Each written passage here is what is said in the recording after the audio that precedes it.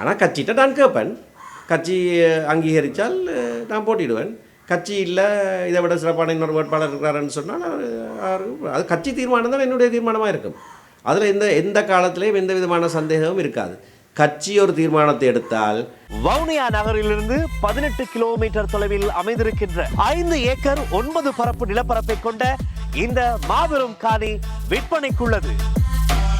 இன்றைக்கு இலங்கை தமிழரசு கட்சியினுடைய அரசியல் குழுவும் அரசியல் தீர்வு சம்பந்தமான விடயங்களை கையாள்வதற்கென்று மத்திய செயற்குழுவினாலே நியமிக்கப்பட்ட 7 பேர் கொண்ட குழுவும் பாராளுமன்ற உறுப்பினர்களும் சேர்ந்து ஒரு கூட்டம் நடத்தியிருக்கிறோம். உள்ளூராட்சி மன்ற தேர்தல்கள் நடந்த பிறகு கட்சியினுடைய மேலிடத்தில் கூட்டங்கள் இன்னமும் ஒன்றும் சரியாக நடத்தப்பட இல்லை. ஆகையினால் மத்திய செயற்குழு கூட்டம் ஒன்றை நடத்துவதற்கு முன்னதாக உடனடியாக கையாளப்பட வேண்டிய சில விஷயங்கள் சம்பந்தமாக குறைந்தது எங்களுடைய இந்த உயர்மட்ட குழு, அதாவது அரசியல் குழு சந்திக்க வேண்டும் என்று தீர்மானித்திருந்தோம். தலைவருடைய அறிவுரையின் பேரில் அதோட நாங்கள் இந்த அரசியல் குழு, அரசியல் தீர்வு சம்பந்தமான குழு, மற்றது பாராளுமன்ற உறுப்பினர்கள் இதில் முக்கிய இடம் வகிக்கிறார்கள். பாராளுமன்றத்தில் கட்சி நிலைப்பாடுகள் சம்பந்தமான விடயங்கள் எடுக்கப்படுது. ஆகையினால்தான் இதொரு அங்கமான ஒரு கூட்டம் அல்ல. இந்த 3 தரப்பையும் ஒன்றாக சேர்த்து நடத்தப்பட்ட கூட்டம். இதில் நாங்கள் பிரதானமாக கவனம் செலுத்தினது உள்ளூராட்சி மன்ற தேர்தல் முடிவுகளை பற்றி. எங்களுடைய கட்சி 58 உள்ளூராட்சி சபைகளில் போட்டியிட்டது வடக்கு கிழக்கிலையும். அதில் 10-12 சபைகளில் தமிழ் மக்களே பெரும்பான்மையாக இல்லை. அந்தந்த சபைகளில் நாங்கள் எங்களுக்கு ஒருவர், இருவர், மூவர் என்று பிரதிநிதித்துவத்துக்காக போட்டியிடுற சபைகள். ஆகவே ஒரு 45 சபைகள் போல தான் தமிழ் மக்களே பெரும்பான்மையாக வாழுகிற சபைகள். அதில் 34 சபைகளில் நாங்கள் நிர்வாகங்களை அமைத்திருக்கிறோம். இலங்கையிலேயே 2வது இடத்தை, அதாவது உள்ளூராட்சி மன்றங்கள் நிர்வாகங்களை அமைத்த கட்சிகள் என்ற வீதியிலே அரசாங்க கட்சிக்கு அடுத்ததாக 2வது அதிகூடிய எண்ணிக்கையான சபைகளில் நிர்வாகத்தை அமைச்ச கட்சியாக இலங்கை தமிழரசு கட்சி இருக்குது. அதோடு கடந்த காலங்களில் தமிழ் தேசிய கூட்டமைப்பாக நாங்கள் செயற்பட்டு போட்டியிட்டு பெற்ற ஆசனங்களை விட இலங்கை தமிழரசு கட்சி கூடுதலான உறுப்பினர்களை வென்றிருக்கிறோம். சபை நிர்வாகங்களையும் தமிழரசு கட்சிக்கு மிகவும் கூடுதலானதாக கிடைத்திருக்கிறது. ஓரிரு இடங்களில் சில பின்னடைவுகள் இருந்திருக்கு. விசேஷமாக மன்னார் மாவட்டத்தில் எந்த சபையிலையும் நாங்கள் நிர்வாகம் அமைக்கவில்லை. இங்கே யாழ்ப்பாணத்தில் வெளி கிழக்கில் நாங்கள் அமைத்திருக்க வேண்டும். அது இரகசிய வாக்கெடுப்பு என்று கொண்டு வரப்பட்டது காரணத்தினால் மட்டும் நாங்கள் நிர்வாகத்தை அமைக்க முடியாமல் கை நழுவி போயிருக்கிறது. அப்படி ஓரிரு சதித்திட்டங்கள் சில இடங்களில் நடந்ததுனால இல்லை என்று சொன்னால் நாங்கள் ஆரம்பத்திலே நான் சொன்னதை போல் 40 சபைகளில் நாங்கள் இலகுவாக நிர்வாகங்களை அமைத்திருக்க வேண்டும்.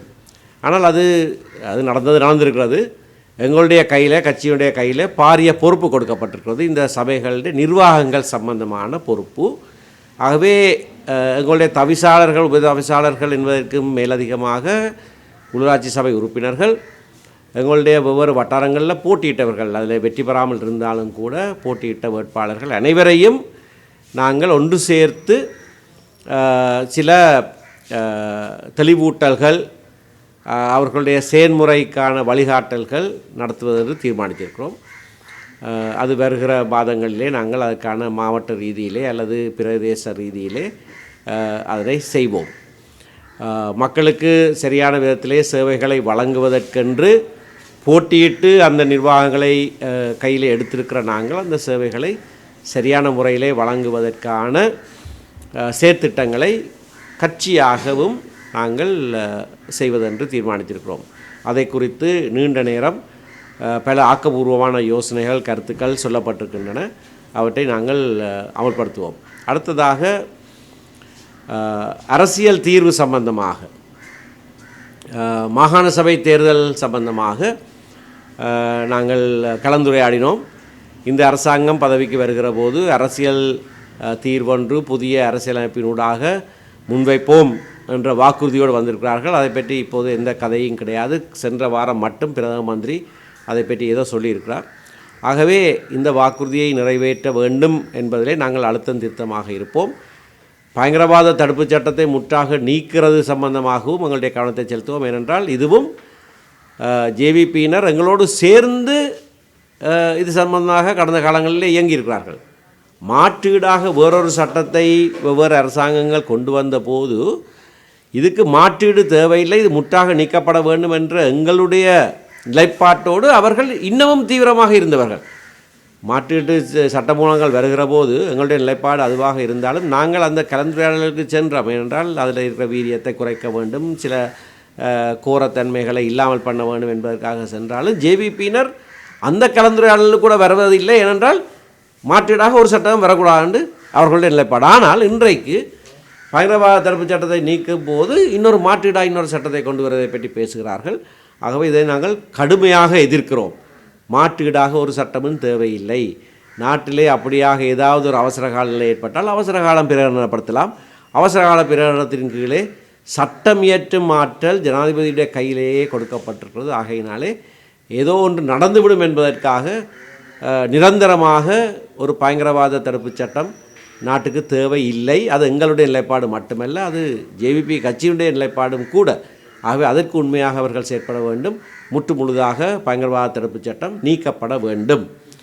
அரசியலமைப்பு சம்பந்தமான விடயங்களில் எங்களுடைய நிலைப்பாடு எல்லாருக்கும் தெரியும், அரசாங்கத்துக்கும் தெரியும். அரசாங்கம் தான் முன்வைக்கிறதாக சொல்லியிருக்கிற தீர்வை உடனடியாக முன்வைக்க வேணும். ஒரு வருஷமாகிறது, உடனடியாக முன்வைக்க வேணும். புதிய அரசியலமைப்பு வருகிற வரைக்கும் மாகாண சபைகள் இருக்கிறபடியே இயங்குவதற்கு நாங்கள் ஏது செய்வோம் என்று இந்த வாசற்படியில் வச்சுத்தான் ஜனாதிபதி அனுரகுமார திசாநாயக்க எங்களுடைய கட்சியோடு பேச்சுவார்த்தை நடத்திவிட்டு ஊடகங்களுக்கு வாக்குறுதி கொடுத்தவர். அது அவருடைய விஞ்ஞாபனத்திலையும் இருக்கிறது. ஆகவே பதவிக்கு வந்து எத்தனையோ மாதங்கள் ஆகிவிட்டது. மாகாண சபையை நடத்துவதற்கு மிகவும் இலகுவான ஒரு சட்ட திருத்தம் மட்டும்தான் தேவை. அதை அவர்கள் கொண்டு வருவோம் என்று பல தடவைகளிலே வாக்குறுதி கொடுத்து கொண்டு வராத காரணத்தினாலே எங்களுடைய மட்டக்களப்பு பாராளுமன்ற உறுப்பினர் திரு இரா சாணக்கியன் அவர்கள் ஒரு தனிநபர் சட்டமூலத்தை அறிமுகப்படுத்தியிருக்கிறார். முதலாவது வாசிப்பு நிறைவடைந்திருக்கிறது. அதனை துரிதமாக காலத்தை இழுத்தடிக்காமல் 2வது வாசிப்புக்கு 6 மாத கால அவகாசம் அரசாங்கத்துக்கு கொடுக்கப்பட்டிருக்கிறது. 6 மாத கால அவகாசம் தேவையில்லை. ஏன்னா நான் இந்த சட்டமூலத்தை சென்ற தடவை கொண்டு வந்தபோது ஜேவிபியும் என்னோடு சேர்ந்து அதை ஆதரித்தவர்கள்.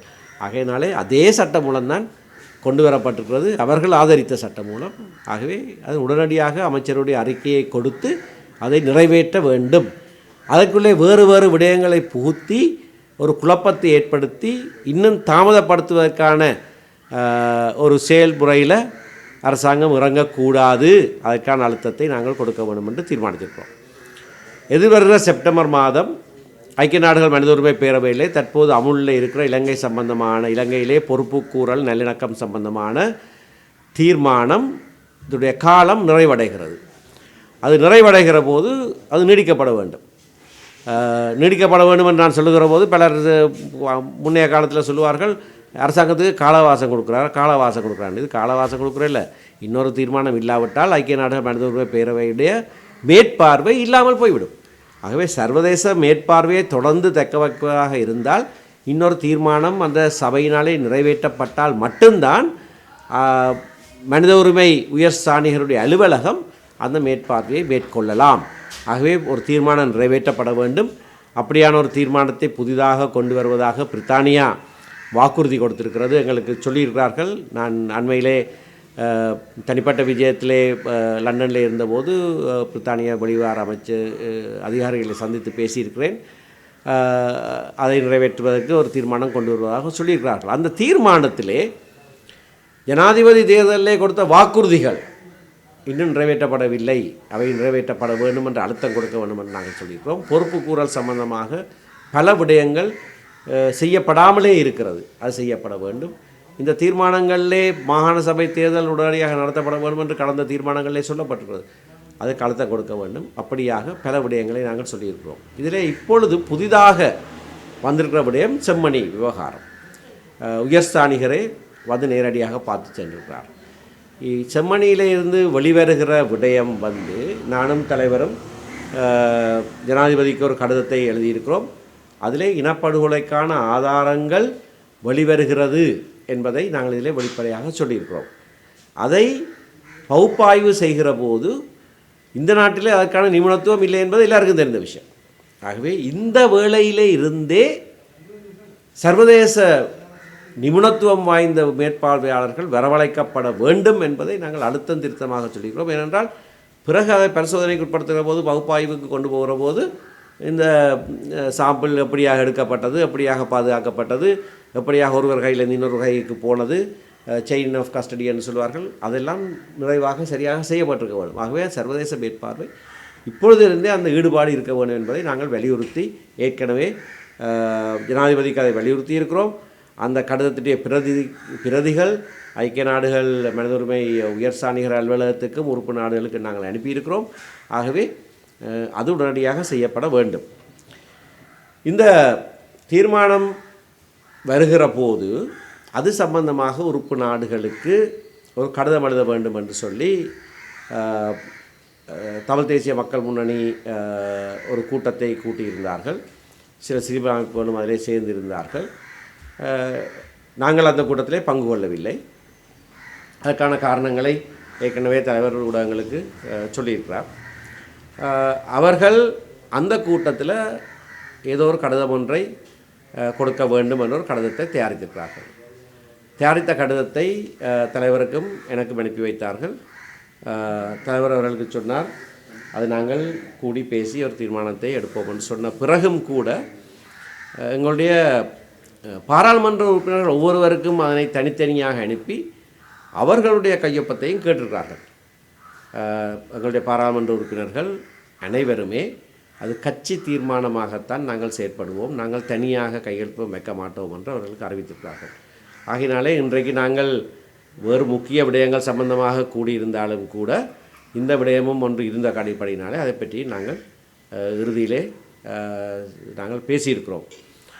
எங்களுடைய நிலைப்பாடு ஐக்கிய நாடுகள் மனித உரிமை பேரவையிலே என்ன செய்யப்பட வேண்டும், தமிழ் மக்கள் சார்பாக எப்படியான தீர்மானங்கள் நிறைவேற்றப்பட வேண்டும் என்பது சம்பந்தமாக நாங்கள் பலதரப்பட்ட எங்களுடைய பிரதிநிதித்துவத்தை சொல்லியிருக்கிறோம். அண்மையிலே உயர்சாணியர் வருகிற போது கூட 2021ஆம் ஆண்டு நானும் திரு கஜேந்திரகுமார் பொன்னம்பலமும் இறுதி செய்த ஒரு ஆவணம், அது திரு சம்பந்தன் எங்களுடைய தமிழ் தேசிய கூட்டமைப்பு தலைவர்கள் கையொப்பமிட்டது. அதனை திரும்பவும் கையெழுத்திருக்கிறார் தலைவர். அதுக்கு ஒரு கவரிங் லெட்டரோடு அதை கையெழுத்திருக்கிறார். அதான் எங்களுடைய நிலைப்பாடு. அது அவர்களும் நாங்களும் சேர்ந்து எடுத்த ஒரு நிலைப்பாடு, அதில் மாற்றமில்லை. ஆகவே இந்த தருணத்தில் என்ன விதமான விடயங்களை நாங்கள் சொல்ல வேண்டும், அதை எப்படியாக சொல்ல வேண்டும் என்பது குறித்து நாங்கள் ஒரு கருத்து பரிமாற்றம் செய்திருக்கிறோம். அதன் அடிப்படையில் அவர்கள் தாங்களாக தயாரித்துவிட்டு எங்களுடைய மேசையிலே வைத்து கையொப்பம் கேட்குற கடிதத்தில் நாங்கள் இப்போ கையொப்பம் விடவில்லை. நாங்கள் அதைவிட தீர்க்கமாக பல விடயங்களை ஆராய்ந்து நாங்கள் சொல்ல வேண்டிய விதத்திலே, சொல்ல வேண்டிய முறையிலே, தமிழ் மக்களை பிரதிநிதித்துவப்படுத்துகிற பிரதான கட்சி என்ற வகையிலே உகந்த தருணத்திலே, சரியான நேரத்திலே நாங்கள் அதனை வெளிப்படுத்துவோம். அது கடிதம் மூலமாகவோ அல்லது வேறு விதமாகவோ அதனை நாங்கள் செய்வோம். ஆனால் தற்போதைக்கு அவர்களாக தாங்களாக தயாரித்துவிட்டு நீங்களும் கையொப்பமிடுங்கள்னு சொல்லி எங்களிடத்தில் நீட்டுற கடிதத்தில் நாங்கள் கையொப்பமிடுவதில்லை என்ற தீர்மானத்தையும் எடுத்திருக்கிறோம். அதைவிட தொடர்ச்சியாக எங்களுடைய மத்திய செயற்குழு கூட்டங்கள் மற்றது ஒவ்வொரு மாவட்டத்திலேயும் சீர் செய்ய வேண்டிய விடயங்கள் சில இருக்கின்றன. அவற்றை குறித்து அடுத்தடுத்த வாரங்களிலே மாதங்களிலே நாங்கள் செயல்முறை ஒன்றை அமுல்படுத்துவோம் என்றும் தீர்மானம் எடுத்திருக்கிறோம். இவ்வளவு தான் இன்றைக்கு எங்களுடைய கூட்டத்திலே கலந்து ஆலோசிக்கப்பட்ட விடயங்கள்.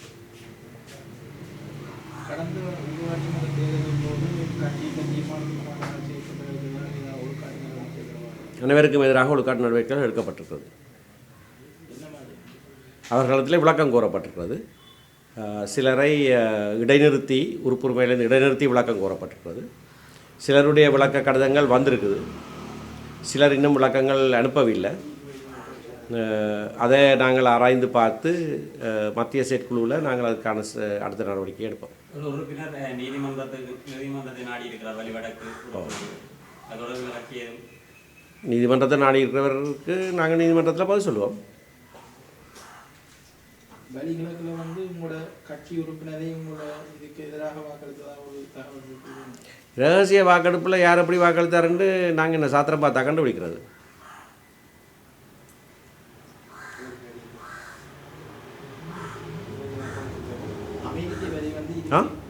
அமெரிக்க வரி வந்து 20% குறைக்கப்பட்டது. அது நல்ல விஷயம், நாட்டுக்கு நல்ல விஷயம், நாட்டோட பொருளாதாரத்துக்கு நல்ல விஷயம். இதால் பாதிக்கப்படுறது எல்லா மக்களும் தான், எங்களுடைய மக்களும் தான். ஆகையினால அதை நாங்கள் வரவேற்கிறோம். செம்மணி மனித புதைகுடி அகழ்வுகளை வந்து அதை வந்து ஸ்கேன் செய்வதற்கு வந்து பாதுகாப்பு அமைச்சு வந்து ஒரு கருவிக்கான அது இதை வந்து மறுக்கிறதாக இல்லை, அது அனுமதி கொடுத்தாச்சு, அனுமதி கொடுக்கப்பட்டிருக்கிறது. அது நான் நினைக்கிறேன் நாளைக்கு அல்லது நாளன்றைக்கு திங்கட்கிழமை அதனை செய்வார்கள். பல்கலைக்கழகம் மூலமாகத்தான் அந்த கருவி வந்து பெறப்பட்டு இப்போ செய்யப்படும். யார் மூலமாக பெறப்பட்டாலும் அந்த கருவி பயன்படுத்தப்பட்டால் நல்லதானே. தொடர்ச்சியாக கஜேந்திரகுமார் பொன்னமலம் தலைமையிலான புதிய கூட்டணி தமிழரசு கட்சிக்கு அழைப்பு விடுத்த வண்ணம் இருக்கின்றார்கள். தமிழரசு கட்சியும் வந்து இந்த கூட்டணியில் இணைந்து தொடர்ச்சியாக பயணிக்க வேண்டும் என்று இது தொடர்பிலும் இன்றைய மாநிலத்தரமான முடிவுகள் எடுக்கப்பட்டிருக்கு. அவரே சொல்கிறார், தமிழரசு கட்சி தான் பிரதானமான கட்சி, தமிழரசு கட்சி தான் பெரிய கட்சி என்று அவரே சொல்கிறார். அந்த பொறுப்பு எங்களுக்கு இருக்குன்னு தலைவர் பல தடவைகளில் சொல்லியிருக்கிறார். நாங்கள் அந்த பொறுப்பை மீறி நடக்க மாட்டோம். தலைமை கட்சி பெரிய கட்சி என்ற ரீதியில் நாங்கள் சில முன்னெடுப்புகளை செய்வோம். அந்த நேரத்தில் அவர்கள் வந்து எங்களோட சேர்த்து கொள்ளலாம், அதற்கு தடை இல்லை. மாகாண சபை தேர்தல் இப்போ மாகாண சபை தேர்தல்கள் உடனடியாக நடத்தப்பட வேண்டும். அதான் நான் சொன்னேன், அந்த தனிநபர் சட்டமூலத்தை உடனடியாக நிறைவேற்றி மாகாண சபை தேர்தல்கள் நடத்தப்பட வேண்டும் என்பது எங்களுடைய நிலைப்பாடு. அதனை நாங்கள் வலியுறுத்துவோம். எவ்வாறு போட்டியிடுவாங்க? முதல் மாகாண சபை தேர்தல் வரணுமே, அப்புறம் எப்படி போட்டு நாங்கள் போட்டியிடுவோம். நாங்கள் ஒரு கட்சி, நாங்கள் அவர்களே சொல்கிற மாதிரி தனிப்பெருங்கட்சி. தனியாக போட்டியிட்டு கூட்டாக போட்டியிட்டதை விட சிறப்பாக வெற்றிகளும் பெற்றிருக்கிறோம். ஆனபடியால் நாங்கள் அதை எல்லாத்தையும் அனுசரித்து போட்டியிடுவோம். யாரும் வந்து எங்களோட சேர்ந்து கொள்ளுகிற போது ஒருவரை நாங்கள் நிராகரிக்க வேண்டிய தேவை இருக்காது. நாங்கள் ஒற்றுமைக்காக இந்த கட்சி அனைவரையும் அரவணைத்து செல்வதில் எந்த தயக்கமும் காட்டாது. முதலமைச்சர் வேட்பாளராக நீங்கள் போட்டியிட சந்தர்ப்பம் இருக்கின்றது என்றும் சமூக வலைத்தளங்களில் நிறைய கருத்துக்கள் பகிரப்பட்டிருந்தது. நீங்கள் மாகாண சபையில் போட்டியிடுவதற்கு சந்தர்ப்பம் இருக்கிறதா? நான் கட்சியிட்ட கேட்பேன், அதை நான் பகிரங்கமாக சொல்லியிருக்கிறேன். நான் முன் வருவேன்னு சொல்லியிருக்கிறேன். நான் முன் வருவேன்னு சொன்னால் அதான் கட்சியில் தீர்மானம் இல்லையே. கட்சி தீர்மானிக்க வேணும், கட்சி அதை பற்றி ஒரு தீர்மானம் எடுக்கலை. ஆனால் கட்சிகிட்ட நான் கேட்பேன், கட்சி அங்கீகரித்தால் நான் போட்டியிடுவேன். கட்சி இல்லை, இதை விட சிறப்பான இன்னொரு வேட்பாளர் இருக்கிறாருன்னு சொன்னால் அது கட்சி தீர்மானம் தான் என்னுடைய தீர்மானமாக இருக்கும். அதில் எந்த காலத்திலையும் எந்த விதமான சந்தேகமும் இருக்காது. கட்சி ஒரு தீர்மானத்தை எடுத்தால் அதுதான் எங்கள் ஒவ்வொருவருடைய தீர்மானமாகவும் இருக்கும். ஜனாதிபதி தேர்தலில் ஒருவரை ஆதரிக்கிறதாக கட்சி தீர்மானம் எடுத்தால் அந்த தீர்மானம்தான் அத்தனை கட்சி உறுப்பினர்களுடைய தீர்மானமாகவும் இருக்க வேண்டும். மாநகர சபை NPP-யினுடைய மாநகர சபை உறுப்பினர் கபிலன் மாநகர சபைக்கு உறுப்பினராக தெரிவு செய்யப்பட்டால் உடன் வழக்கு தொடர்பு என கூறியிருந்தீர்கள். இதுவரை வழக்கு தொடராததற்கு எதுவும் காரணம் இருக்கு? யாராவது ஒருவர் முன்வர வழக்கு தொடர்றதுக்கு நான் சட்டத்தரணி தானே. யாராவது ஒருவர் முன்வர வேணும். யாராவது ஒரு ஆள் இந்த மாநகர சபை எல்லைக்குள்ளே இருக்கிற வாக்காளர் ஒருவர் முன் வந்தால் நான் செய்வேன்.